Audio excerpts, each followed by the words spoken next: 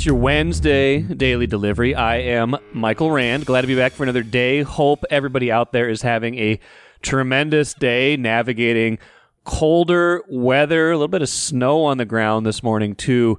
Haven't had to venture outside too much yet other than to get the kids to the bus stop, but not sure how the driving is going to be today. So go slow, take it easy, listen to the podcast in full. You've got time. Take it nice and slow today because it's a good one today here on Daily Delivery. Randy Johnson joins me here in just a minute. We're going to get to him faster probably than usual, talking football. Gophers going to the Duke's Mayo Bowl. Also talking a little Gopher hockey. That team red hot off of a sweep of Michigan, in which they shut the Wolverines out twice. First time in 80 years that they have done that. So Randy will join me in a little bit to talk about that. After Randy, I will be joined by musician and NBA writer Claire de Lune. I wasn't sure which way to organize that, NBA writer and musician, or musician and NBA writer. Probably, like she will tell you, depends on the time of year, depends on the week, which one of those things she is focused the most on, but always entertaining to follow her on social media and always entertaining to have her on this show. It's been a little while, it's been a couple of years, but thought this was a good time to have her back on because she does a lot of coverage of the Lakers and the NBA for The Guardian, and of course the Lakers play the Wolves on Friday at Target Center, so we'll get her Lakers perspectives, LeBron perspectives, some Wolves perspectives, and some music perspectives as well. So hope you enjoy that conversation. A little wild, a little Wolves at the end of the show.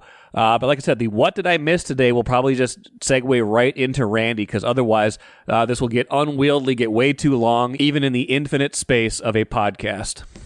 Bring in Randy Johnson from the Star Tribune. A twofold mission today, Randy. We're going to get into a little Gopher football talk, but also some Gopher hockey, talking Duke's Mayo Bowl. First off, we know where the Gophers are headed. Not entirely surprising, but how do you think they feel about the where they wound up? I think they're pretty happy about going to this bowl. It's one that's it's not your Florida ones after the college football playoff, but it's about where they deserve to be and about what they earned this year. And it's a new destination too, so you're not, they didn't get stuck in going to a bowl that they've been to recently. So everything kind of fell out by an order of chalk when it came to it with the Big Ten teams. One exception, maybe Michigan, they jump up in there and get to the ReliaQuest Bowl in Tampa ahead of Iowa. And Iowa falls to the Music City. Then the Pinstripe takes Nebraska, which wasn't surprising at all because the Gophers had been there 2 years earlier. And then it's down between the Gophers and Rutgers for the Duke's Mayo Bowl. Made a lot of sense to put the Gophers in there because the next bowl down was the Rate Bowl in Phoenix, which they had been there 3 years ago. So. Okay. So it makes a lot of sense. And at this point, when you're getting into kind of this level of bowl game, it doesn't matter a ton. Do you imagine they'll travel reasonably well to Charlotte, North Carolina for a January 3rd game, which I believe would be a Friday? Yeah, Friday night game. Yeah, I think they'll do well. They'll do decent. The interesting thing about when I was talking to the rep or the executive director of the Duke's Mayo Bowl, Danny Cunningham, Danny Morrison, he was saying that the Gophers have really done a good job of changing their reputation to a team that does travel well for these destinations like bowls.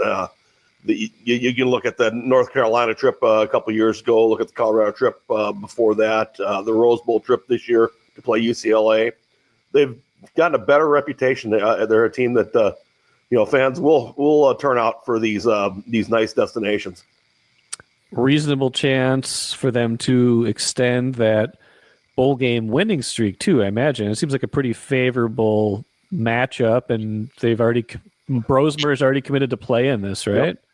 Yep. Yeah, we'll wait and see who all is going to be in the game. They could have some spots to fill, like a wide receiver or things like that. But they'll have a quarterback that's veteran and tested, and that should be a big help. They'll have at least one of their starting offensive linemen, and Quinn Carroll said he's going to play. Probably not going to have Ariante Ursary he got hurt in the excuse me, the Wisconsin game, and he's a guy that already said he's going to the Senior Bowl, so he's the chances of him playing in this bowl game pretty low, being a possible first-round draft pick. Yeah, I mean, he was pretty high up there on the All Big Ten, right? He was first team All Big Ten. Yeah, and Big Ten Offensive Lineman of the Year. Right. So great season for him. A big part of keeping Brosmer protected and getting the run game going. Before we shift to hockey, how do you think PJ feels about potentially getting doused in Mayo if they win this game? Oh, he's all for it. He said, "Make it double." Yeah, he's he'd love to see that bull streak on. It would be 8 in a row if they win, and 6 in a row under him. So yeah, they'd love to add another bowl win to that.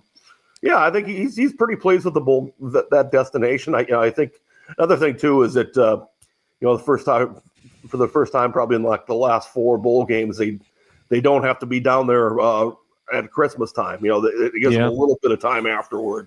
Like the last 3, it's always been, traveling before Christmas and then being there during Christmas. This is gives people a chance to be at home during that time. Sure.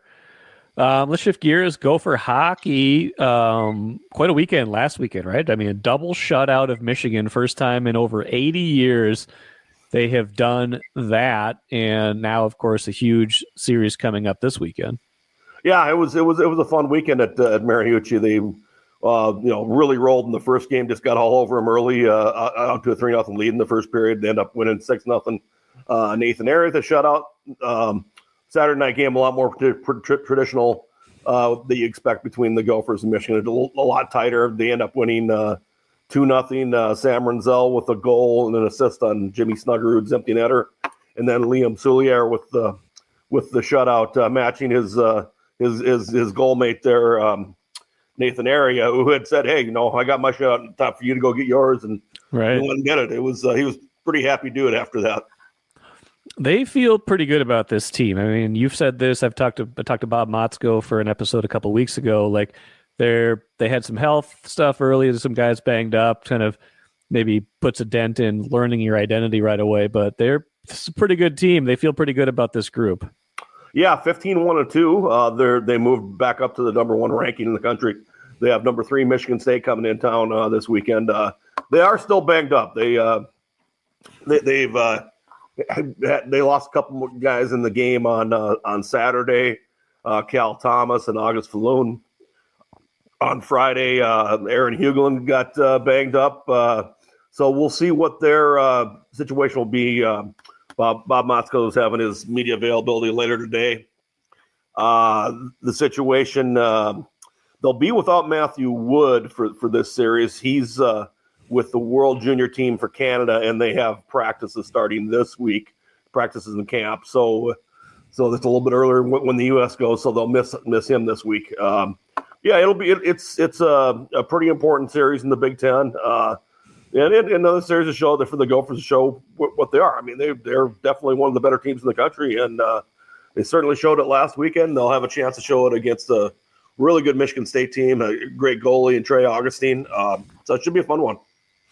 They get a pretty big break soon too, right? I mean, they always have like a 2 or 3 week gap after the kind of right before Christmas. Yes, they'll be after that. They're off until the 3rd and 4th against Mercyhurst. Okay, so a couple weeks, and then.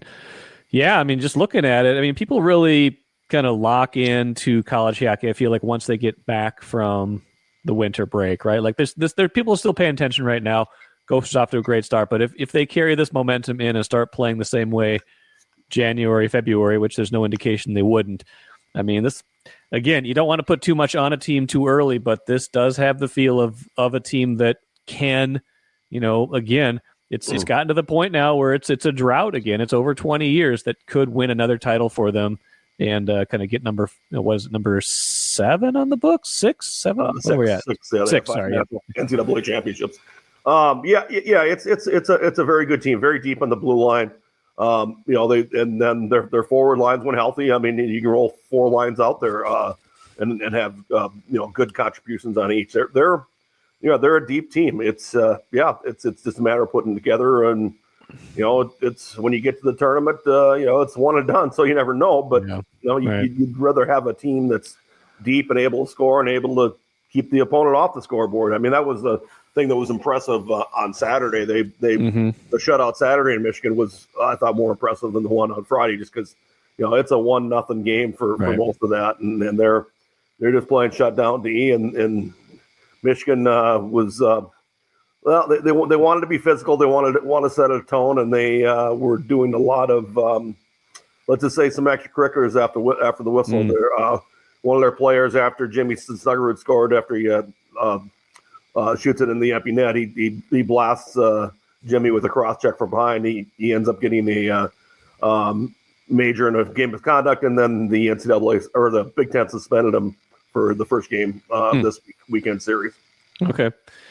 I meant to ask you this while we're talking football, but before we go, anything surprise you or intrigue you from the 12-team playoff that we got? No, it was interesting where it came down to the end. Late Saturday night, it was going to be, okay, who gets in between Alabama and SMU. SMU loses to Clemson in the ACC title game on a 56-yard field goal at the buzzer. And I thought that type of loss ended up helping Clemson. SMU, had they lost, say like a 7-pointer or something, not that dramatic. Maybe they don't get in, and Alabama does. But since it was so close, and it was just at the buzzer like that, it kind of like, okay, we're gonna punish this team for losing on a 56-yard field goal at the buzzer. So it kind of made sense that they did what they did. I'm sure people in Alabama will disagree on that. They'll come back there, don't lose 3 games. So, yeah, and I think and again, I what I like is that we're not arguing about the 5th best team not getting it anymore. 13th best. Yeah, I mean Alabama has the talent; they could have made a run in this tournament for sure. But if you're talking about that, you're probably talking about a team that had flaws along the way, that lost games they maybe shouldn't have, or that they could have won along the way. So, I don't think anybody ultimately should have too many gripes when you're left out of a 12-team or what probably will be eventually a 16-team playoff down the road. It'll be fun to watch. Gopher hockey will be fun to watch this weekend. Randy Johnson, appreciate it. Might be a little while till we talk, but next time we do, I'm sure it'll be good, and happy holidays if it's not before then. Okay, sounds good, Mike. Appreciate it. Good stuff from Randy on both of those teams. I was kind of thinking about the Gophers' bowl game winning streak overall and under PJ Fleck. And you might look at it and kind of scoff at it and you say, yeah, well, none of these bowl games were hugely important. Yeah, the one after the 2019 season carried some more weight just because that was a much better season than all the rest of them. But I do think there's a cultural element, a program building element to not just winning these games, but having the players commit to these games, showing up in these games, playing hard, stuff like that shouldn't be overlooked. It's not the most important thing, but winning a bowl game, competing hard in a bowl game probably tells you about program culture in a certain way. And so in that way, I think the streak is impressive, and it does show you something that PJ Fleck has built here with the Gophers. Really happy to be joined today by Claire de Lune, musician, NBA writer, a lot of things we could say to describe you, Claire, but thank you for joining the show. Thanks for having me. I'm excited to be back. I feel like it's been kind of like maybe a couple of years since I've been here. So. Yeah, I think so. We've expanded a little bit more into video, so appreciate you coming on and doing a little bit of audio and video today. The occasion could be anything, of course, but the Wolves and Lakers play this Friday, and the Lakers Why does that sound like a threat? Right? It's like it's at a certain point for either team that could have been a threat. The Wolves kind of trending a little bit better for sure lately. The Lakers, not as much. Not so much. So I want to talk about them. Obviously, you write a lot about the Lakers and the NBA for The Guardian. You watch pretty much any Lakers game anyway, right? Yeah, I mean, yeah. I watch so much NBA. Like I think I probably watch like an average of like 2 to 3 games a day in general. That's a lot. That's a lot. Consume just an obnoxious amount of basketball.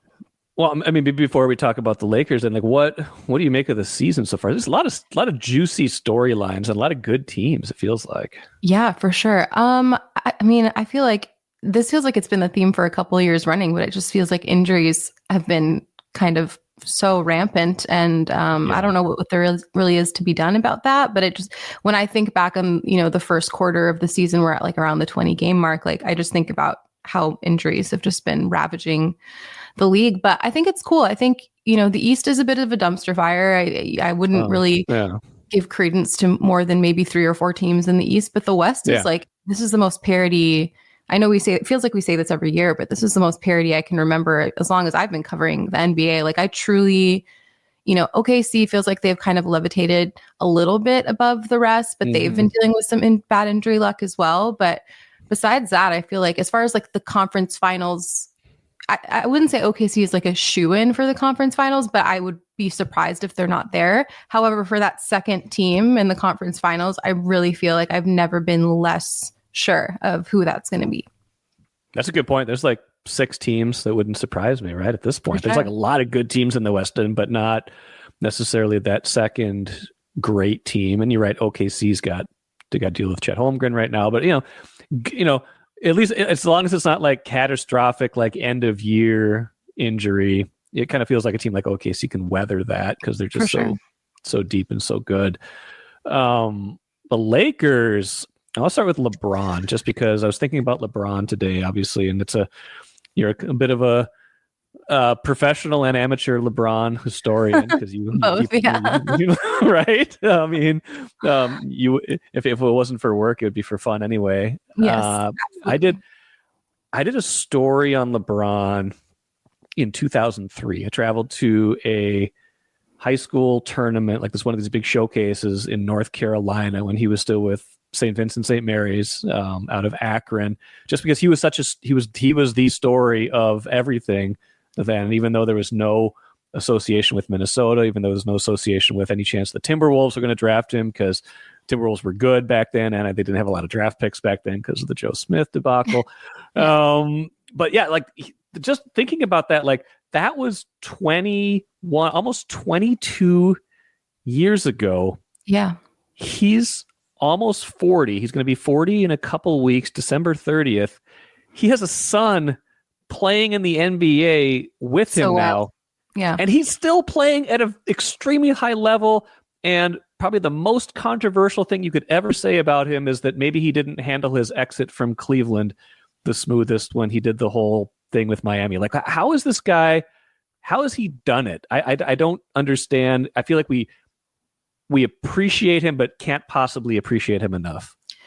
Yeah, I mean, I think it's a miracle, and I think we're talking about it in real time, and I think that people are giving him some level of credit in real time, of course, and I would never argue otherwise. But I do think that even more so once he's retired at some point in the probably not super distant future, we're going to really look back at how special this was. But it's a combo. I mean, I think obviously he has some God-given gifts and God-given body, but like he takes incredible care of himself. It's been talked about to death, but it's just so true. Like I did a story last year on player longevity, and the original sort of like thesis of my story was that like when I set out to write it, I was like, my idea of what the story was going to be is that we're trending in a direction where players can play older and older because of all these, advents in medicine and player health and whatever. What I found was it's actually not trending in that direction. It's more so that we're living in like this golden era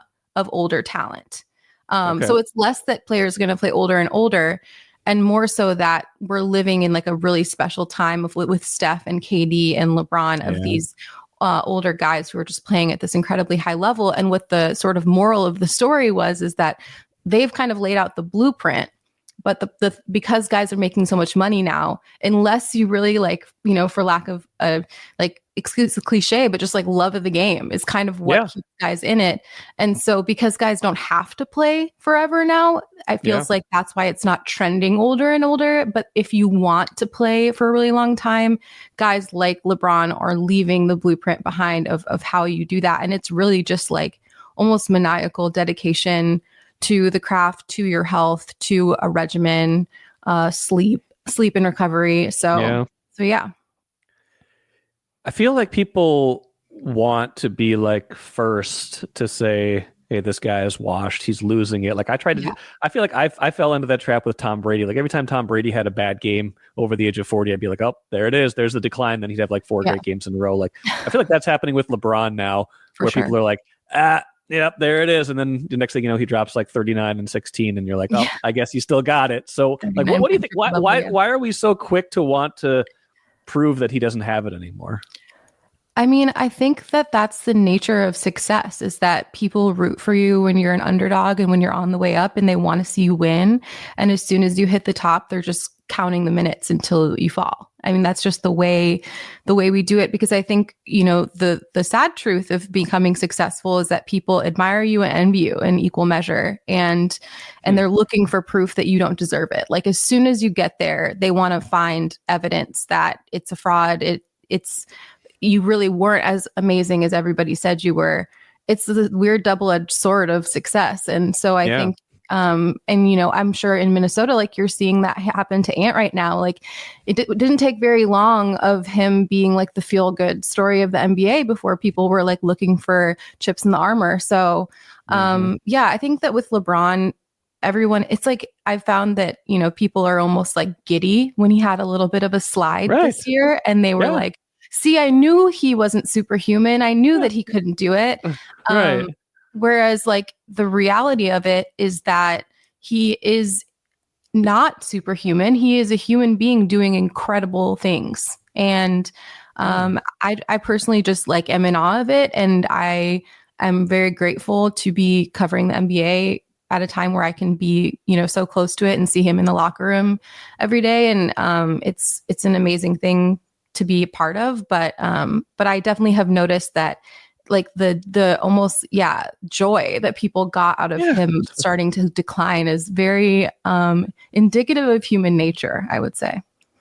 Maybe it's just summed up as haters gonna hate. I don't know. It's very strange. Really.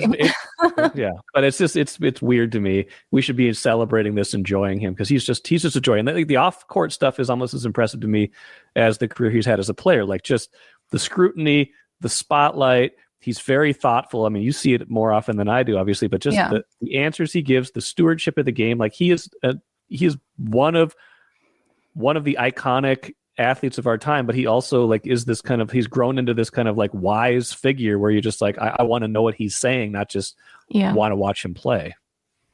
Yeah. I think he takes his, role as like the kind of face of the league very seriously. And I think I was talking to a friend the other night about like who's going to be next as far as face of the league. And I think, it's not just talent, it's not just market, it's not just charisma, like those leadership qualities and sort of like the understanding the gravity and the weight of being an ambassador for the league is, I think, a lot of it. I personally think, to bring up Ant again, I swear I'm not pandering, but I think Ant is his leadership qualities are maybe the most impressive thing about him. I've been so impressed with how he's led his team. And that to me is the biggest sign that he could be somebody that could be like a face of the league kind of person one day. I think he's he like thumbs his face at authority a little bit more than like someone like LeBron does. But I do think he understands what it is to be a leader. And I think that's something that LeBron, I think, is been grossly underrated as as a leader, not necessarily of his own individual team, but of a sport. And I think he's done a pretty remarkable job of that, having been handed the reins at such a young age. I think Ant's authenticity plays in this era. I think people want that right now, maybe more so than they ever have. So I think that's what he's got primarily going from, in addition to talent. Like people just look at him and say, he's got no filter. Like he will just say whatever, and it's usually pretty funny. Sometimes it's, sometimes you're just like, maybe he shouldn't have said that, but usually it's just like, that was funny. Like that's just Ant being Ant. And I think that's kind of a remarkable quality to be able to have. If I'm old enough to have gone and done a story on a high school LeBron, I'm certainly old enough to remember when JJ Redick was a coaching genius. What happened in the last few weeks?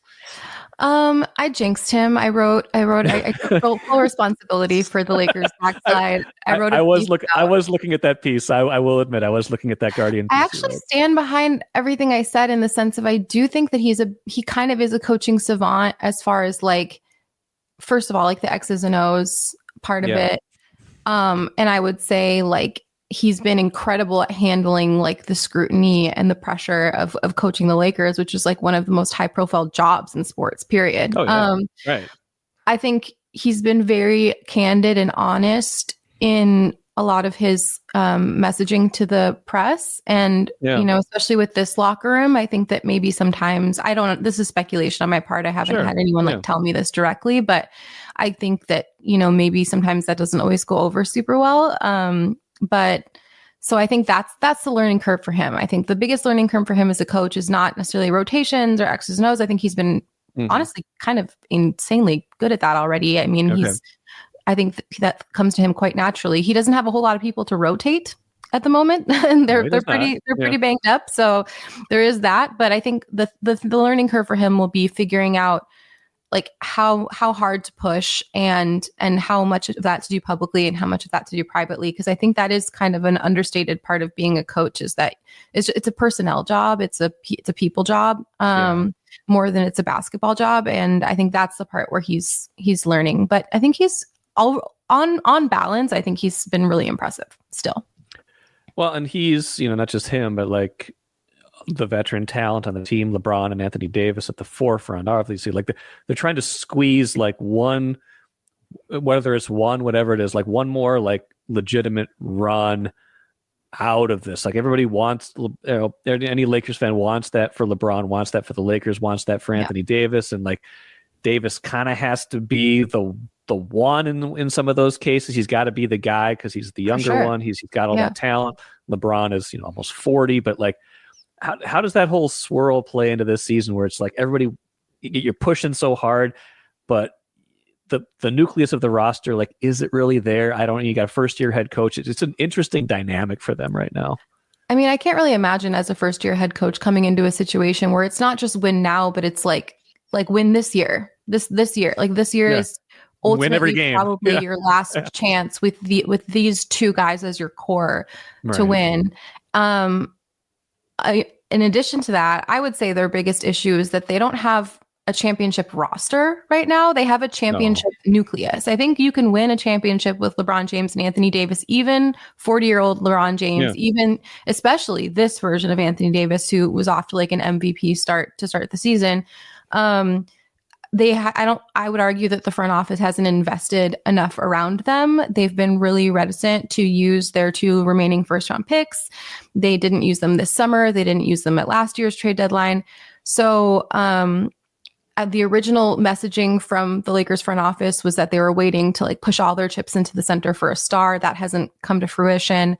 So I think it's sort of like, it feels like the front office has been hedging a little too much in between the 2 timelines. It kind of reminds me of like what Golden State did in the Steph Curry situation, where they're like, we don't want to abandon our future, but we also have this star that like we could win now and we want to do right by him. And I feel like the ultimate truth of a front office is it's like, unless you're Sam Presti, it's damn near impossible to do both.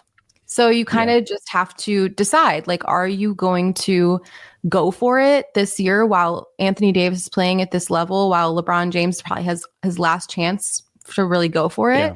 Or are you going to abandon ship and decide it's time to just completely reset and start over on the timeline? And in that situation, I personally would just say you have to let Anthony Davis and LeBron James go and just like really rebuild. But they don't have their pick this year. Atlanta has the rights to their first round pick. So it's not a very appealing rebuilding situation when you don't even get to keep your draft pick. Excuse me. I've seen you, I don't know if you're at the forefront of this, the Walker Kessler fascination. Is that just you, or is that everybody in Lakers that wants? I got that idea from my friend Jovan Buha, who's the Lakers. He writes about the Lakers for The Athletic. He's their beat writer. Got it. He was the first one to bring the Walker Kessler idea into my brain, and now I'm obsessed with it because he's the one player I think they could move for this trade deadline that would actually do both of those things, the kind of timeline thing, because he's so young, but he's also like really good right now, and he fills a need that they have right now, but he also could be their like big of the future. So, and he's also still on his rookie scale contract, so they could get him without giving up too much of the very little depth that they do have if they were willing to include draft compensation. My personal pie in the sky idea for getting Walker Kessler would be including like one of their rookie scale contracts, like, Jalen Hood-Schifino or whatever, and then a first round pick because they have 2 to play with.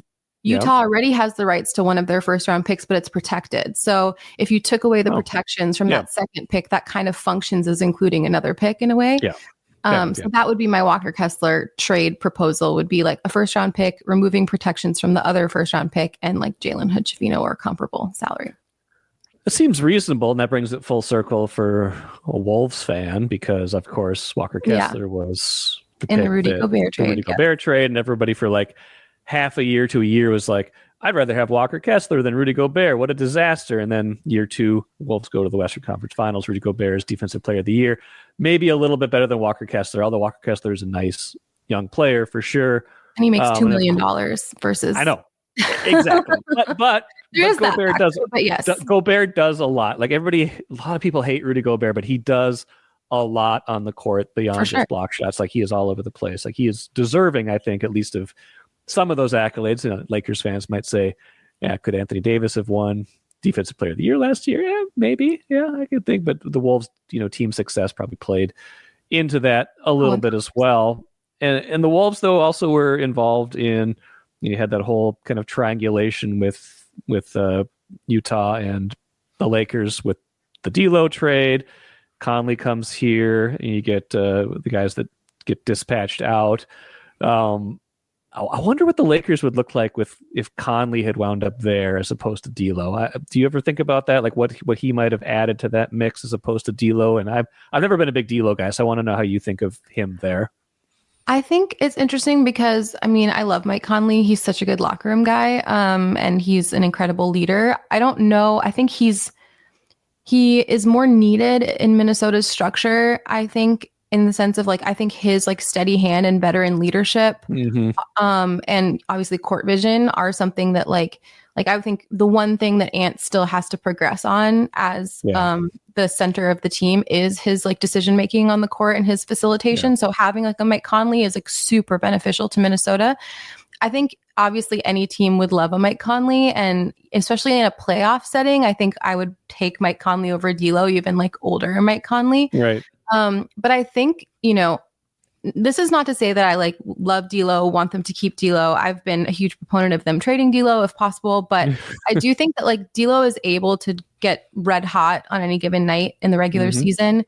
He also is a really great facilitator. I think he doesn't get enough credit for that. I think he had 14 assists the other night when LeBron was out. Sure. And so I think D'Lo kind of fills a need that the Lakers have during the regular season, which is they need someone to run the floor when LeBron is not on the floor, and they need someone to score. And I think he's very adept at both of those things. It's more so in the playoffs, specifically against the Denver Nuggets, but just in general in the playoffs, that you start to see the warts with D'Lo and his sort of shortcomings.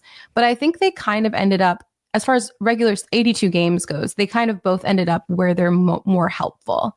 So I think that's fair. And I think D'Lo wasn't ever in an ideal situation here. So maybe it worked out for the best. Maybe he'll end up being what they need eventually. I think I saw on social media you had posted something with last time the Wolves basically ran the Lakers in LA a week or so ago, and it was the Wolves were terrible up until the game before that, and they got a squeaker against the Clippers where they started to kind of find their defensive identity. It was the game after Ant went off and talked about, asked local reporters you guys want to know why we're trash? This is why we're trash. And then they started playing better, and then they did 80 points against the Lakers, I think 80 against the Clippers the next time out. Then they handled Golden State, then just lost 1 to Golden State lately. But you were something they they finally figured out right before they play the Lakers. Of course, right?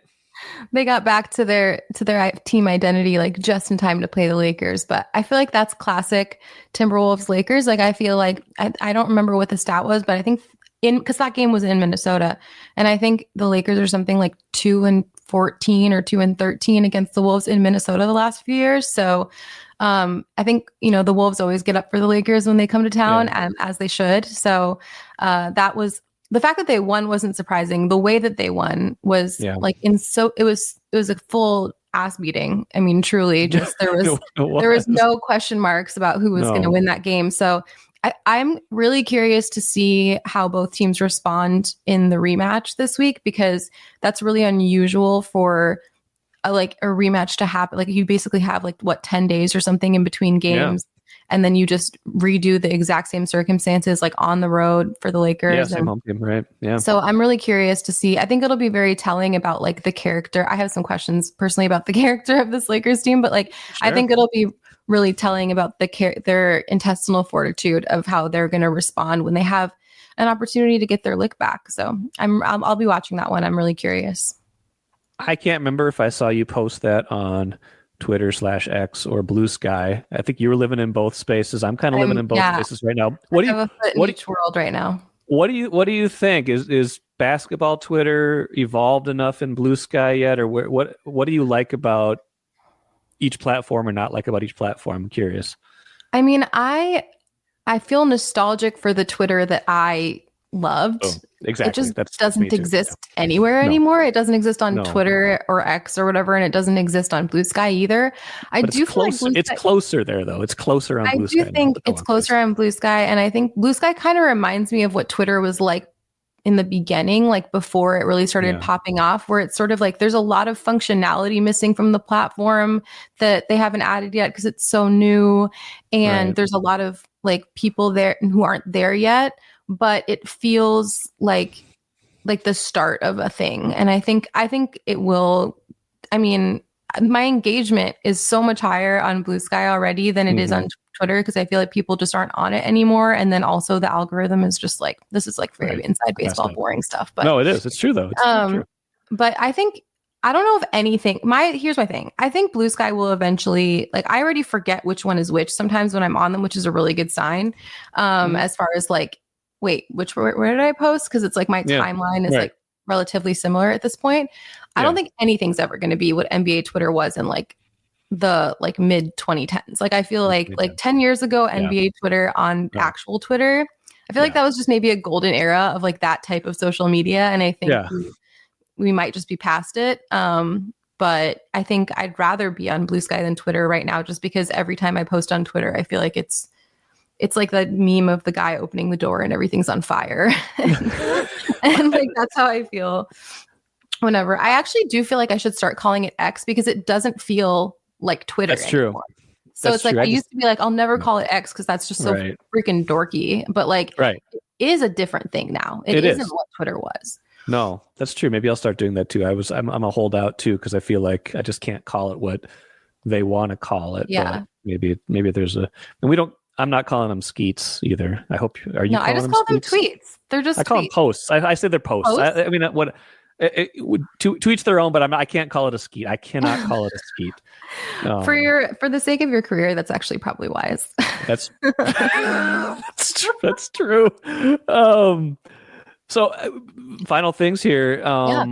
You have a very interesting life and career, because you've got this major music career, Tiny Deaths, all this. I don't know if I call it major, but it is a music career. You put up. I mean, you're a professional musician, and you're also a professional NBA writer. These two things don't necessarily usually exist side by side. For you, they exist and work side by side. How do you make that work? How does that work for you? Honestly, I don't that well. I feel like I'm usually neglecting one or the other. Right now, I feel like I'm neglecting music a little bit because I've been so busy with basketball stuff. And there's been times I had an album come out last fall.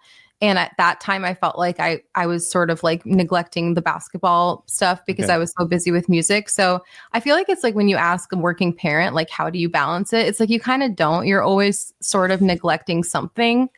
But I will say, my life philosophy, my career philosophy is I just want to spend as much time while I'm here on this planet doing things that I love as possible. As many hours of my life can be spent doing things that I love. And that's sort of my guiding light. And that's the reason why I have such a bizarre career path, is because I just do all the things I like. But it's a great philosophy though. More people should do it. But I also imagine that as much as people might want to do that, it takes two very separate skill sets to be For a sure. musician and an NBA writer. Like those are not two things that necessarily transfer into each other.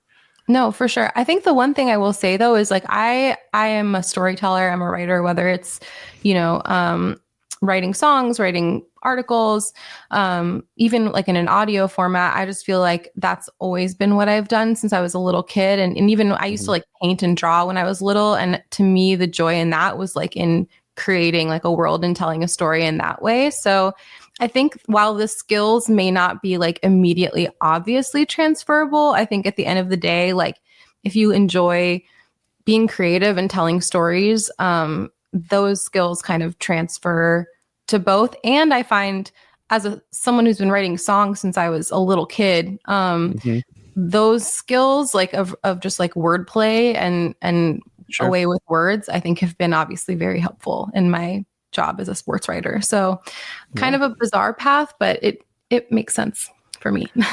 It makes sense for you. And I asked, before we started recording, I said, is it okay to ask you about this? Because I didn't realize this. Like you were in a group with Lizzo, like more than a decade ago. You were in a group with Lizzo. Like what was really more than, oh my God, it was more than a decade. Sorry. I'm sorry. Yeah. I mean, I'm aging everybody here. I'm old. I'm way older than you. So don't worry. But yeah. What was that experience like? Like, tell me a little bit more about that. It was great. I mean, I was in my early 20s. So yeah, just to like, you can really date that now. Do the math. Yeah. Do the math in my early 30s now. But yeah, I was in my early 20s and we were in like a hip hop girl group called the Chalice. And it was like, we had choreographed dances and matching outfits. And it very much felt like I was like playing, like acting, like playing a part, but I had so much fun with it. And we were only a group for like 2 years, but we did so much in those 2 years. And, it was a really fun ride and I feel like I learned a lot from it, but it also feels like another lifetime. Like it's crazy. Yeah. Well, obviously you've gone on to do more and bigger and better things. And so has Lizzo. Lizzo's not an NBA writer though, to my knowledge. No. So yeah, I have that going for me. She's probably never even been in an NBA locker room. So probably not.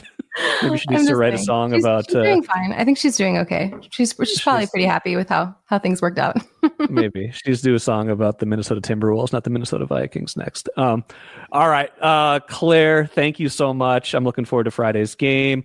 I hope your holidays treat you well. I hope things slow down or speed up, whichever one you want them to do. Because sometimes maybe it's fun a little to be busy, column A, right? a little column B. Yeah, right. Slow down at the right time, speed up at the right times. Yes. Appreciate it as always. Good to catch up. Good luck to the Lakers. Good luck to LeBron. Good luck to you. And we'll catch up again down the road. Thanks so much. Watch your dreams and savings grow with Royal Credit Union's 4.25% annual percentage yield 12-month certificate. Open now at any Royal office or online at rcu.org/certificate saver. Early withdrawal penalties could reduce earnings and principal. APY accurate as of 2/1/25. Insured by NCUA. Hope you enjoyed that conversation with Claire. Go read her stuff.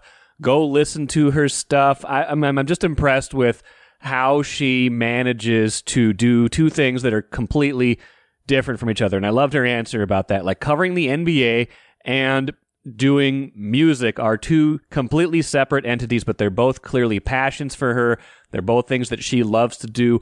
Why wouldn't you do that? Why wouldn't you follow two different things, even if they're completely different from one another? And like she said, there are some crossover. There is some crossover that you might not suspect. It's storytelling. It's being able to kind of capture an audience, things like that. But, content-wise, those things are very different. But I think she's very impressive in both areas, and I enjoyed her answer to that question in addition to the rest of the interview. So hope you did as well. And like I said, go follow her work everywhere you find her on social media and beyond. Let's finish with the cooler. Couple things here. Number one, early New Year's resolution for me is to watch and pay more attention to the Wild. I think I've just kind of defaulted to the Wild aren't going to be interesting. The Wild are mediocre. Too easy for me to say that this year. Everybody else who watches them far more closely than me says, hey, this team is different. They're exciting. And obviously they're much better than we thought they would be. They won again last night in Utah. coming back a couple different times. They were up 3-2 in the third, gave up 2, scored the equalizer late, then won in a shootout. So a good win again there for the Wild. One of the NHL's best teams, like the points leader in the NHL right now. They are playing at a very high level, at a fun level. I've got to get it out of my head that this is the same old Wild, because obviously they aren't. So that is my resolution. More Wild content and paying more attention to them than I have in the recent past. I probably pay a little bit too much attention sometimes to the Timberwolves, but let's finish with them. Care 11, Channel 11, announcing that they're simulcasting 5 Wolves games over the air this season. The first one being December 21st, so just 10 days from now, on Care 11, over-the-air broadcast. These games will also be on FanDuel TV, so not like an exclusive broadcast, but if you don't have cable, you don't have an app, you don't have satellite, things like that, these are 5 Wolves games you can watch with basically free over-the-air TV. It's the December 21st game against Golden State, February 8th against Portland, March 9th against San Antonio, March 16th against Utah, and April 13th also against Utah. So there you go. Could be foreshadowing of a different Timberwolves TV future going forward. As of right now, they're still more in that RSN mode, but some teams have gone away from that into more of an over-the-air broadcast type of model in hopes of capturing more fan engagement versus just strictly profits. So we'll see if this is a sign of things to come, or if it's just kind of this is something they're trying out and it's nothing more to read into too much. That will do it for me today. Expecting to have Lavelle E. Neal III on tomorrow's show for 3 daily delivery debate subjects. Think we'll have Ben Gessling on Friday's show to talk Vikings. Until then, I am Michael Rand. Have a great rest of your Wednesday. Back at it again tomorrow.